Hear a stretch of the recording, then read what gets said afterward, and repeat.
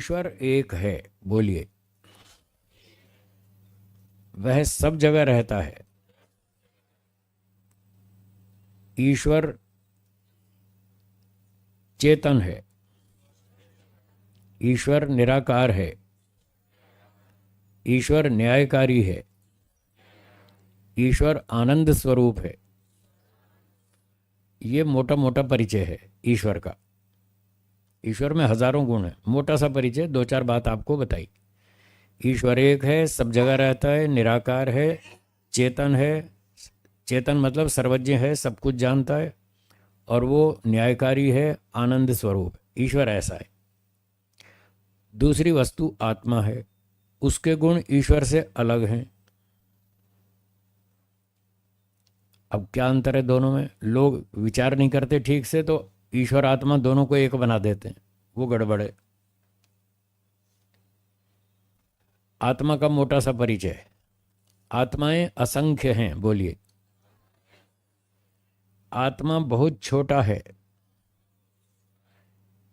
एक स्थान पर रहता है, सर्वव्यापक नहीं है, अल्पज्ञ है, सर्वज्ञ नहीं है, अल्पशक्तिमान है, सर्वशक्तिमान नहीं है।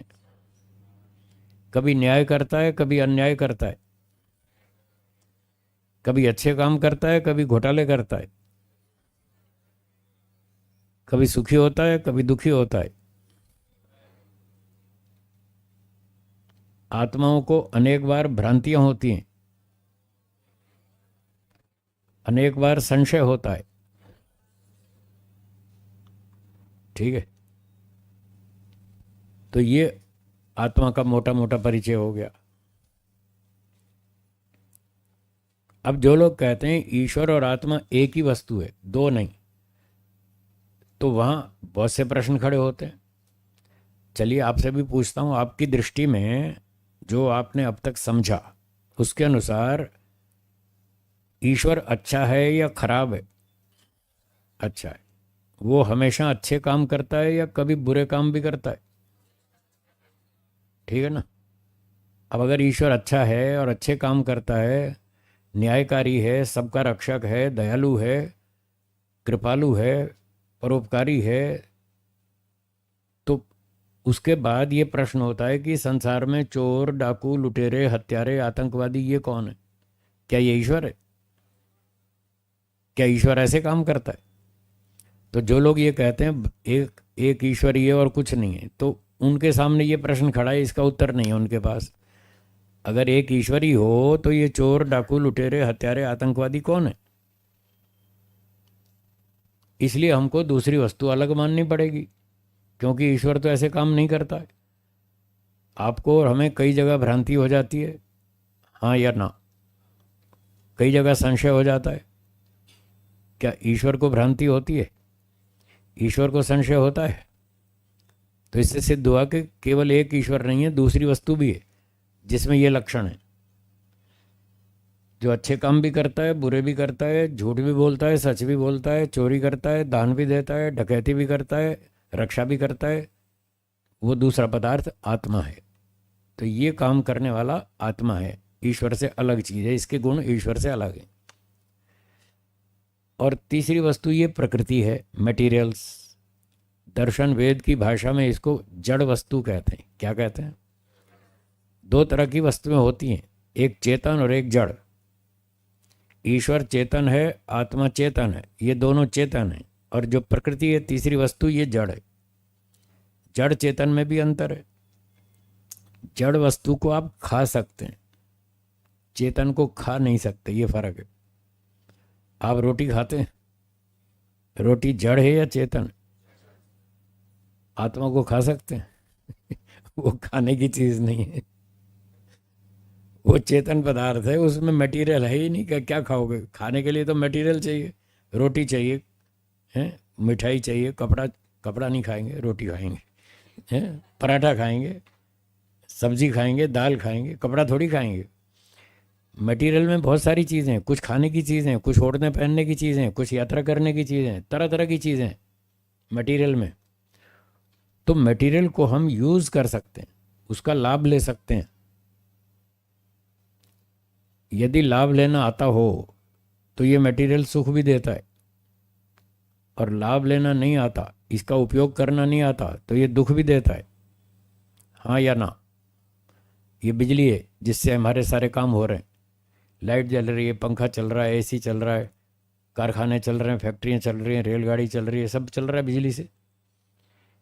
बिजली जड़ है या चेतन? जड़। क्या बिजली से लाभ होता है? होता है। क्या इससे हानि होती है? होती है। जो लोग लाभ लेना जानते हैं वो लाभ लेते हैं, और जो लाभ लेना नहीं जानते वो शॉर्ट सर्किट करते हैं, फिर उससे आग लगती है, कारखाने जल जाते हैं, फैक्ट्रियां जल जाती हैं, मकान जल जाते हैं, बहुत सारा नुकसान भी होता है।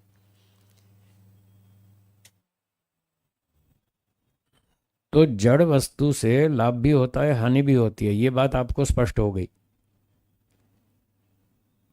बिजली आदि से लाभ भी होता है, हानि भी होती है। नदी से लाभ भी होता है और हानि भी होती है। कभी बाढ़ आ जाती है नदी में तो हानि भी हो जाती है। और वैसे खेती सिंचाई में पानी से बहुत लाभ होता है, पीने के काम आता है, नहाने धोने के काम आता है, पशुओं के काम आता है। तो जड़ पदार्थों से हम लाभ भी ले सकते हैं और हानि भी उठा सकते हैं। ऐसे ही जो चेतन आत्मा है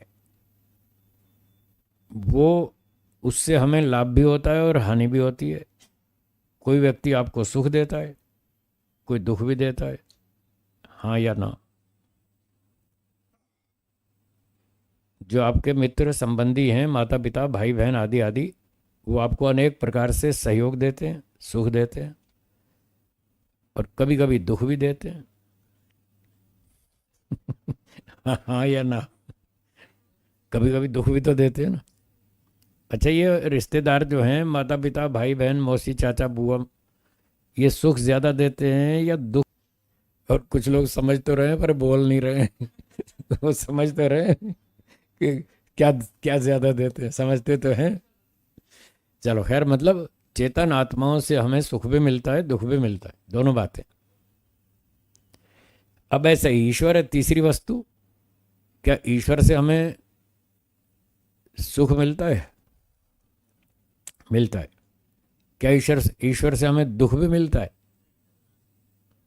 हाँ जी।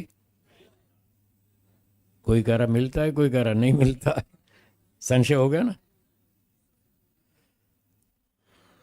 तो ऐसे बहुत सारे प्रश्न होते हैं जिनको हमें सुलझाना चाहिए कि उससे सुख मिलता है, दुख भी मिलता है या नहीं मिलता है, क्या मिलता है।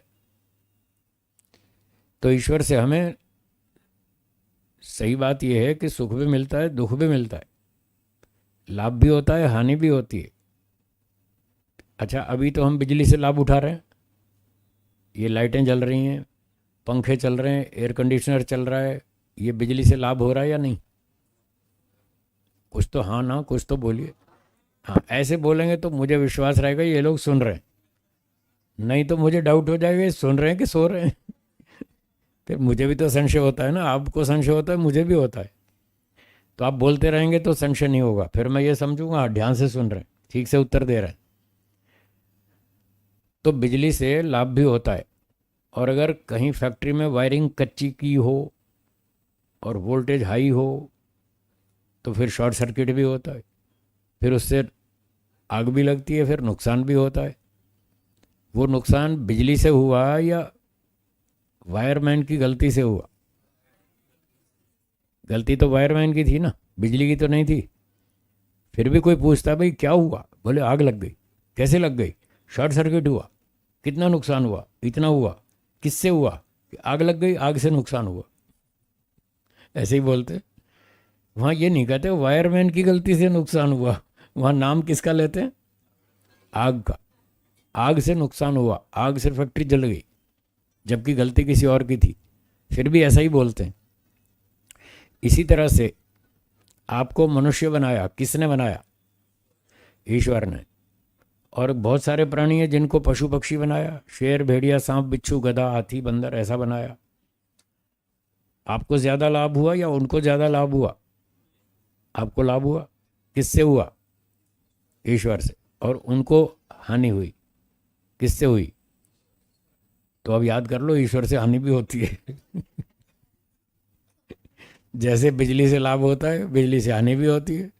ईश्वर से लाभ होता है, ईश्वर से हानि भी होती है। फिर आप कहेंगे जी हमारे कर्मों का दंड है जो हमको सुअर कुत्ता बना दिया। ये तो टॉपिक अलग है। जैसे वहाँ गलती किसकी थी? वायरमैन की। और नाम किसका बदनाम हुआ? बिजली का। आग का या बिजली का नाम उसका हुआ ना, जबकि गलती तो वायरमैन की थी। ऐसे ही गलती हमारी है, पर दंड तो ईश्वर ने दिया, इसलिए नाम तो उसी का लगेगा कि ईश्वर से हमको नुकसान हुआ। अगर आपको ईश्वर से फायदा होता है, जब फायदा हुआ तब तो आप ईश्वर का नाम ले रहे हैं, तब अपना नाम क्यों नहीं ले रहे? साहब हमने अच्छे कर्म किए थे, तब तो आप नहीं बोल रहे। वो जो अच्छे कर्म किए थे वो किसने किए थे? किसने किए थे? आपने किए थे। फिर भी नाम आपने ईश्वर का लिया, हमको ईश्वर से लाभ हुआ, जबकि कर्म आपने किए थे। तो जब दंड मिला तब भी कर्म तो आपने किए थे, तो नाम तो उसी का ही होगा। ये बात समझ में आई? हाँ या ना? हाँ ऐसे बोला करें, ऐसे नहीं। गर्दन से नहीं, मुंह से बोले। हाँ लाभ हुआ, समझ में आया। तो ईश्वर से लाभ भी होता है, हानि भी होती है, आत्माओं से लाभ भी होता है, हानि भी होती है। नोट कर लीजिए, प्रश्न नोट कर लीजिए, मेरा क्रम टूट जाएगा। मुझे कुछ बातें रखनी है, पहले मैं रख लूँ, शंका बाद में पूछिएगा।